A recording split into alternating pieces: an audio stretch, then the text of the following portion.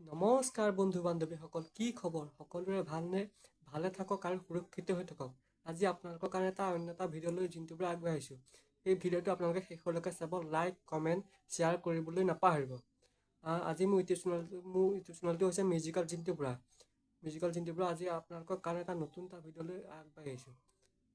এটা ৰাসৰ বাঁহী সুৰ আপোনালোকক আগতো ৰাসৰ বাঁহী সুৰ এইবাৰ বেলেগ বজাম বুলি ভাবিছোঁ।